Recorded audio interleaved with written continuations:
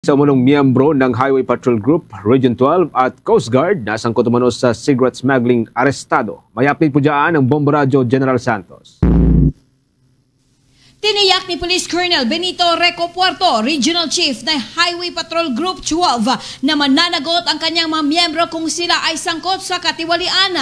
Ito ang naging reaksyon ni Colonel Reco Puerto matapos lumabas ang ulat ng isang miyembro ng HPG South Cotabato ang umano'y sangkot sa smuggling ng mga sigarilyo. Anya, kasama rin sa isa sa gawang investigasyon ang lahat ng miyembro ng HPG South Cotabato. Batay sa investigasyon ng Macar Police Station, nakatanggap sila ng ulat hinggil sa isang vehicular accident na naganap sa Diversion Road, Sinawal nitong lungsod kaninang umaga, dahilan upang sila ay rumisponde. Isang puting van na puno ng mga kahon ng sigarilyo at isang itim na Fortuner na may kargang 3 kahon ng mga sigarilyong baro ang natagpuan sa lugar na minamaneho ng isang miyembro ng HPG na nakatalaga sa South Cotabato na kinilalang si Police Staff Sergeant Rex Halandoni mula sa Tupi, South Cotabato.